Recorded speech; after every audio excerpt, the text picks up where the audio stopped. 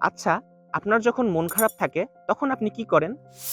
আমি জানি আপনারা বেশিরভাগ মানুষ আমার মতো উত্তর দিবেন যে, আপনার মন খারাপ থাকলে আপনি গান শোনেন।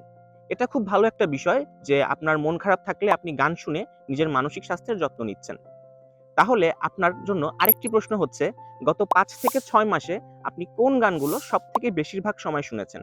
কোন গানগুলো সারাদিন আপনার মাথাতে গুনগুন করছে? চলুন একটু গেস করে নেয়া যাক। मजामा खाली वावटा जामा एवो हाडनो प्रवासी गोतिलो ठुमक ठुमक जब हिट छे तू पहाड़ी बाटोमा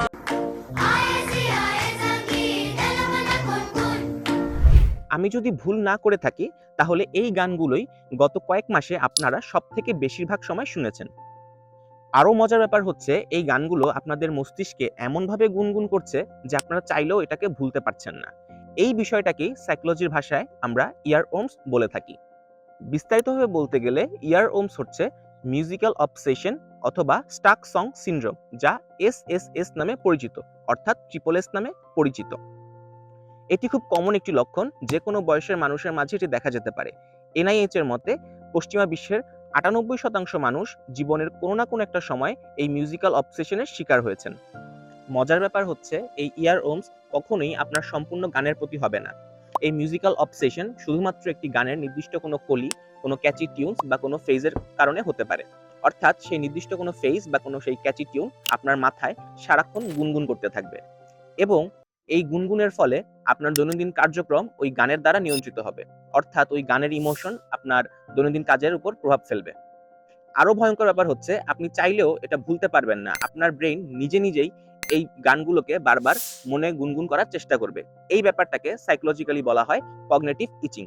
অর্থাৎ বারবার ওই গানটাকে রিকল করতে থাকবে এবং আপনি যতই গানটাকে ভুলতে চেষ্টা করবেন, গানটা ততবারই আপনার মাথায় চলে আসবে। এই ব্যাপারটাকে বলে আইরনিক থিওরি। এখন প্রশ্ন হচ্ছে, আপনি যদি মিউজিক্যাল অবসেশনে আক্রান্ত হয়ে যান, তাহলে আপনি এখান থেকে কিভাবে মুক্তি পাবেন? সবথেকে সহজ উপায় হচ্ছে, আপনি যেই গানের কলিতে আটকে গিয়েছেন, অর্থাৎ যেই গানের কলি আপনি বারবার শুনছেন বা গুনগুন করছেন, সেই গানটি সম্পূর্ণ শুনে ফেলুন এবং একাধিকবার শুনুন। তাহলে আপনার মস্তিষ্ক ওই গানের প্রতি আকর্ষণ হারিয়ে ফেলবে এবং আপনি ওখান থেকে বেরিয়ে আসতে পারবেন। দ্বিতীয় উপায় হচ্ছে, আপনি কিছু কিউ টিউনস শুনুন। কিউ টিউনস হচ্ছে এমন কিছু নির্দিষ্ট সাউন্ড বা গান যেটা শুনলে আপনার মস্তিষ্ক ভেতর থেকে শান্ত হয়ে যাবে। তৃতীয়ত, আপনি অন্য কোনো কাজে মনোযোগ দিন। অন্য কোনো কাজ বলতে সেটা হতে হবে শারীরিক পরিশ্রম, যেমন খেলাধুলা করা। তৃতীয় যেটা করতে পারেন সেটা হচ্ছে আপনি চুইংগাম চাবাতে পারেন। ঠিকই শুনেছেন, চুইংগাম চাবাতে পারেন। চুইংগাম চাবালে আপনার এ ধরনের অ্যাংজাইটি এবং কগনিটিভ ইচিং থেকে আপনি মুক্তি পেতে পারেন। এই প্রক্রিয়াগুলো আপনার জন্য তখনই কাজে লাগবে যখন আপনি প্রাথমিক অবস্থাতে থাকবেন। কিন্তু আপনার অবস্থা যদি অনেক বেশি খারাপ হয়ে যায়, তাহলে আপনি অবশ্যই অভিজ্ঞ কোনো সাইকোলজিস্টের পরামর্শ নিন। এছাড়া আপনার মানসিক স্বাস্থ্য কেমন রয়েছে সেটা জানতে চাইলে গুগল প্লে স্টোর থেকে এখনই ডাউনলোড করে ফেলুন Hello02 অ্যাপ্লিকেশন এবং সেখানে DAS21 টেস্টের মাধ্যমে জেনে নিন আপনার মানসিক স্বাস্থ্য কেমন রয়েছে। সবাই ভালো থাকবেন, নিজের মানসিক স্বাস্থ্যের যত্ন নেবেন। ধন্যবাদ।